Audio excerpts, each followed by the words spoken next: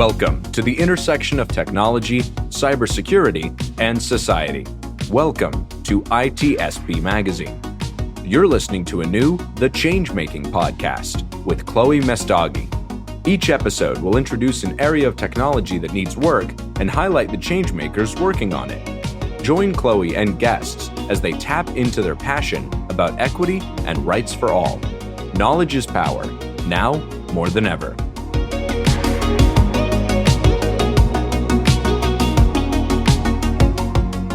Hello, everyone, and welcome to another episode of the Changemaking podcast on ITSP Magazine. I'm your host, Chloé Messdaghi, and today with me, I have a wonderful guest, Zinet Kemal. She's a mother of four, an author, an associate cloud security engineer at Best Buy, and a co-director brand and social media volunteer for Black Girls in Cyber. Zinet, welcome, and thank you for being on here today. Well, thank you so much. Thank you for having me, Chloé. That's an awesome introduction. So, Zinet, tell me, I know you had a huge life pivot at 27, and I would love to hear about what happened in that moment and how that was the driving moment that shifted your career to enter cybersecurity. Yeah, you're right. At 27, that's when, so 9 years ago, I moved here to the US, Minnesota, from Ethiopia. 9 years ago, that was when I moved with my 3-year-old son, now 12, and my husband to Minnesota. I had a legal career and a law degree back home, Ethiopia. So when we had that opportunity to move here to the US, I've always wanted to be in technology. I've always been fascinated by it, despite the fact that I didn't have the access back home. Like I didn't have that story of, I got into tech because I had access to computers and I opened the parts and assembled it back. Those stories always fascinate me, but I didn't have that. But just, the mere fascination just with technology and the ability to solve people's everyday human problems. And I thought, when I moved here, I thought, it's a second chance where I choose to learn what I really want to do. It's not like I didn't enjoy law when I learned, but back home, it's a different situation. Like you can't change majors. If you are on one track, you have to do, the natural sciences track takes you to certain fields and you have limited set of fields that you can go to if you choose the social sciences track. So I thought, I came here 7 months pregnant with my second one. So as soon as I had her, I joined, community college to study computer programming. I don't know what I was thinking. I thought it would be a good idea. And they accepted me based on the placement tests that I started my major right away. And I think it was just a couple of months after, our move and settling to a new country and continent, that I started in computer programming. And then I don't know anything about computer, cybersecurity at that point. So did my computer programming and then transferred to, again, I thought it's not enough. 2 years really flew by. So I transitioned to a 4-year degree again to do computer science. So that was like the short story of it, but it can go long if you have any follow-up questions. So many follow-up questions. So since you've entered cybersecurity, what have been some of the things that you've been really passionate about? So I joined cybersecurity not too long ago. While I was doing my undergrad, the pivotal moment that had me get into the cybersecurity was that my participation into a cyber defense competition that was going on in school. That was the thing that kind of sort of introduced me to security and then just, put that spark. So I was part of the team that represented the university to compete in that cyber defense competition. And then, the fact that like right now, I have been into different roles since then. And it's not long ago, like I mentioned, it's been since 2018 that I work in a local government, state government before, moving to Best Buy recently as a cloud security engineer. But I think the fact that it's so evolving and that I'm a learner, and I love the fact that, things are not boring, that I think those are some of the things that gets me intrigued, that positively challenges me because I get bored so easily. So I think those are some of the things, if I answer your question right, or if I didn't miss it. No, absolutely. So tell me about, I know that you came into this industry and you actually have a book on it too, called like, Oh No, Hacked Again, the story about online safety. How did the idea come to your mind, the story, and what was the push that you got that this is something you wanted to do? I know self-publishing is a lot of work, writing is a lot of work. So what drove that initiative? Yeah, it's a lot of work, like you mentioned. Self-publishing, you do everything on your own, and especially if you know nothing about writing a book or just publishing the whole idea. And if you just decide, oh, I have a story and I just need to publish, and just teach yourself everything from scratch in the pandemic, just the situation of it. The way I wrote the books is that my kids were home, three of them.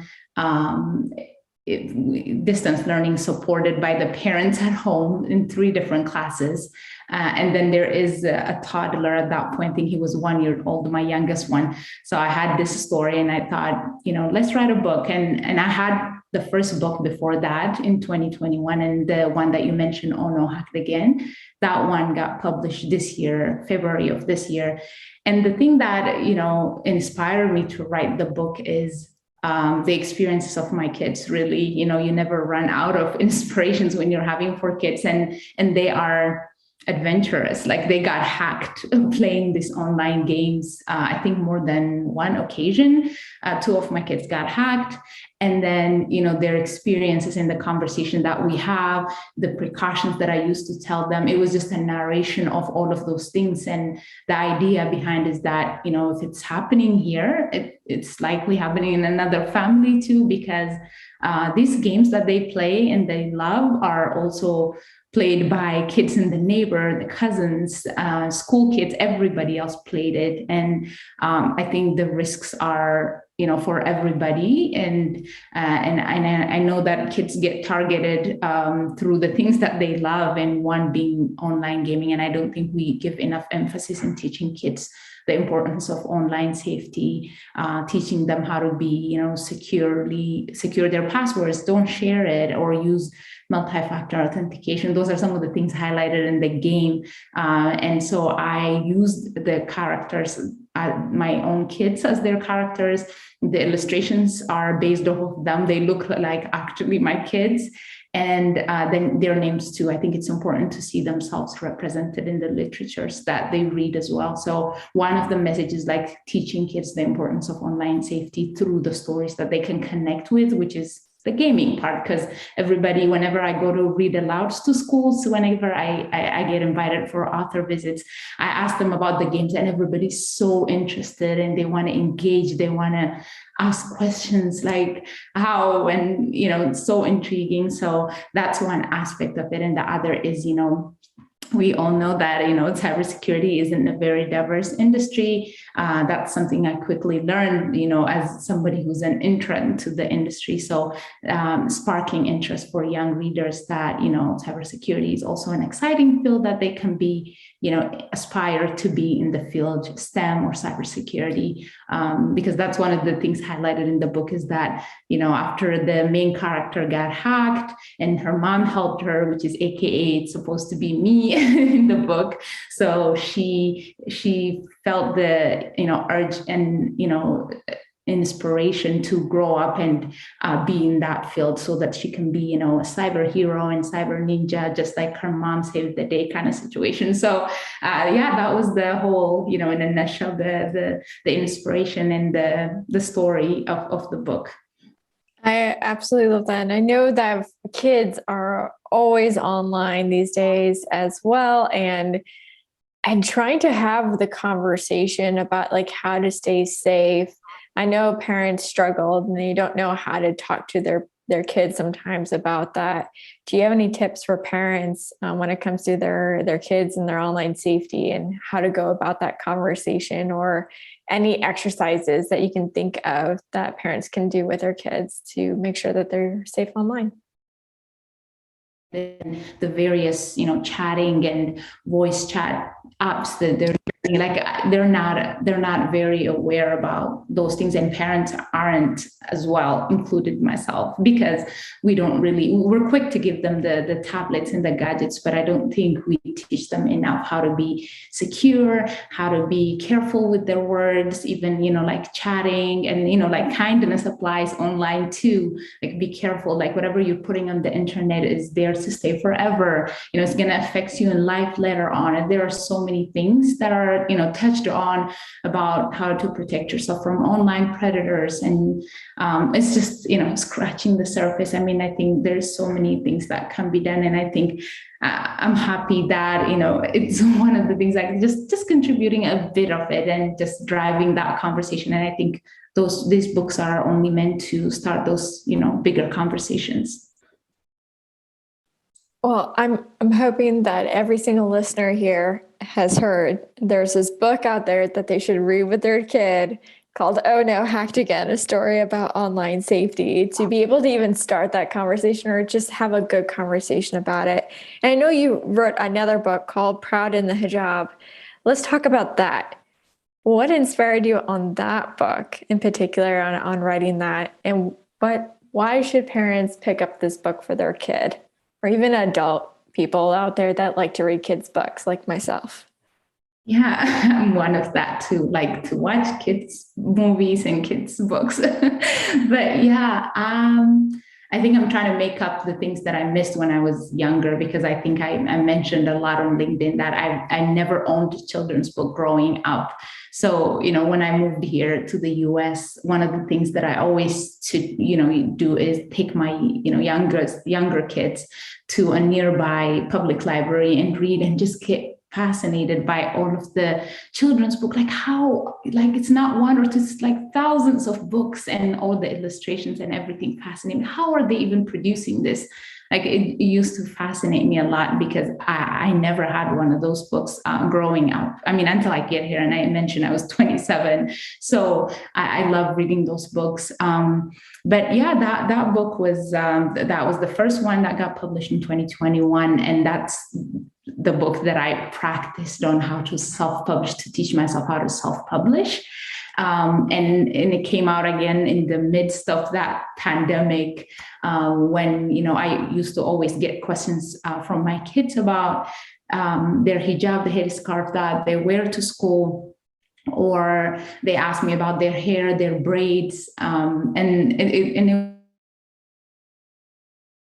my 12-year-old, now my oldest one, since he was kindergarten. So he used to ask me, like, how come I don't have the same hair as my friend Henry? He used to ask me those questions, and I always said, like, everybody's created different, beautiful, like that kind of conversation. So it's a story about a young girl who's wearing a hijab, who got sort of bullied because the kids didn't really understand the reason why she's wearing. So they were having these assumptions, or the things that we're hearing on the mainstream media about, a lot of things that are going on in France and elsewhere about the hijab ban. So it's a conversation about, a young girl who got sad about what her classmates were talking about her hijab, and their assumptions about why she's wearing it. Is it because she doesn't have hair, or is it because her hair is dirty, or is it because she's bald? And then she needed to lean on her parents to learn and how to empower herself. So it's about empowering and uplifting girls who choose to wear a hijab to be proud of themselves. And part of it is to create awareness, because those assumptions usually, I do believe, that are coming from not knowing. So creating that awareness that, it's important to appreciate other people's culture, appreciating diversity and inclusion, and just a learning experience. And like you mentioned, like I've had people when I go to podcasts, is people who read the book, the people, and say that, oh my God, I learned a lot from this. I mean, I thought it's a children's book, but I learned a lot of things that I didn't know, because it's a multicultural type of book, because it talks about the Ethiopian cultural food. It talks about Eid, the holiday, and some terms that are defined at the back of the book. So I think it's important to teach a lot of things to kids about creating that awareness about what hijab is and why our Muslim women wear that headscarf, and just the importance of appreciating other people's faith and cultural differences before assuming or just believing what stereotypically is rotating on the media, or what they might have negatively perceiving from the community, unfortunately. So that was the message of the book in a nutshell. So both books recently, I think I announced it yesterday, are now translated in Spanish as well. So both books, Ono Hakdagen and Proud in Her Hijab, are also available in Spanish, which is a joy for me to make it available for the children in another language, so that it's more reachable for the wider, readers. So yeah. That's wonderful. I mean, it's one of those things that I know when entering like cybersecurity, or even like leaving the Bay Area, we don't have I'm like in a bubble in a sense of having exposure to, all different backgrounds. But then when you go in other places in the US, it can be very challenging because of these biases that people have, or stereotypes. And it makes things very challenging. And, having books like the ones you've written, it's incredibly helpful for people in our community, and also people that are trying to join our community, to make sure that people are aware of differences, and, to be celebrated. And to understand them with full open arms. This leads me into, I know that you're doing volunteer work for Black Girls in Cyber. How did you come across them, and like what made you sign up to volunteer, and how's it going so far? Yeah, recently I did join the Black Girls in Cyber. It's a nonprofit organization founded by Talia Parker. She's amazing. So it's the mission of the organization is, increasing industry awareness and diversity in cybersecurity. Not only cybersecurity, I think STEM and privacy, through mentorship, webinars, and now conferences, and just community outreach, and supporting, the ongoing stream of qualified women that can serve our communities in the cybersecurity role. So just increasing that diversity. I reached out. I reached out to Talia. I think they were having open positions for volunteering. I was holding off for quite some time because of the many things I'm doing. I have my grad school, the kids, and work, and the books. I've always wanted to join early on, but I just didn't have the time. So I skeptically reached out and said, and just like, I would love to have you. So I did the interview and everything, and joined. So it's going really well. The organization is really growing faster. We had a board meeting even yesterday. Like, it's really growing, and I think it's going to be very impactful for the programs that it's undertaking to train more women to be in the industry, to be ready through trainings, and some planned exciting things that are happening as well with the organization. So I think it's going really well. I'm trying to balance it with the with the school and other things that I'm doing. I think it's really important to find your own tribe and support the community as much as you can, and I'm trying to do that. So it's really going well. Absolutely. I think one of my favorite things about being in, cybersecurity is that there's so many different communities in it, and one can always give back to the community, whether it's time, funds, but also to note like these communities exist so people don't feel alone or isolated for being different. And it kudos to you for volunteering. I can't imagine what your caseload is like with school, kids, and also job and everything in volunteering. But I definitely, I get a sense that you're very empowered and trying to make a difference. Yeah, I think it's very important. I think it gives you the confidence, and just being part of this type of communities. It's so important. Like, it's not only important to know the knowledge, but knowing how to use it, and just being the force, because I think I have benefited from that in the past. Like, I am a member of Empower Cybersecurity that was founded by Tia Hopkins, and it has tremendously helped me, like in seeing people who look like me in those communities and just thriving and just getting inspired, seeing that as well. So I think it's important to be that for other members of the community as well, and just be inspired by them as well. So I hope to dedicate more time and do more work, as my school wraps up, and just doing what we all can do what we can, for sure. Absolutely. And so what are some of the changes you're hoping to see in cybersecurity? I know that you're fueled for change, and you want to be part of that. And so I'm curious, what are some of the changes that you hope to see in the near future? Yeah, I mean, we hear a lot of things when it comes to challenges with recruiting. I see a lot of people who are going to school hopeful to break into the industry, because we're hearing that there is that gap of we're looking for more professionals within the industry. And then there is another challenge on the other hand, also people having a hard time trying to break into the industry. So I think that I wish, the hiring process is more realistic to the people's experiences, and just giving chance for people who try and passionate about the getting into the industry and contributing. I wish, like we say that, everybody's needed, we need you, the industry needs diverse perspectives, but are we really offering that? And I think that aspect of it always bother. What seems to be the problem then, if there is the need and then there are people who are already interested in getting, and what is the gap between those two things?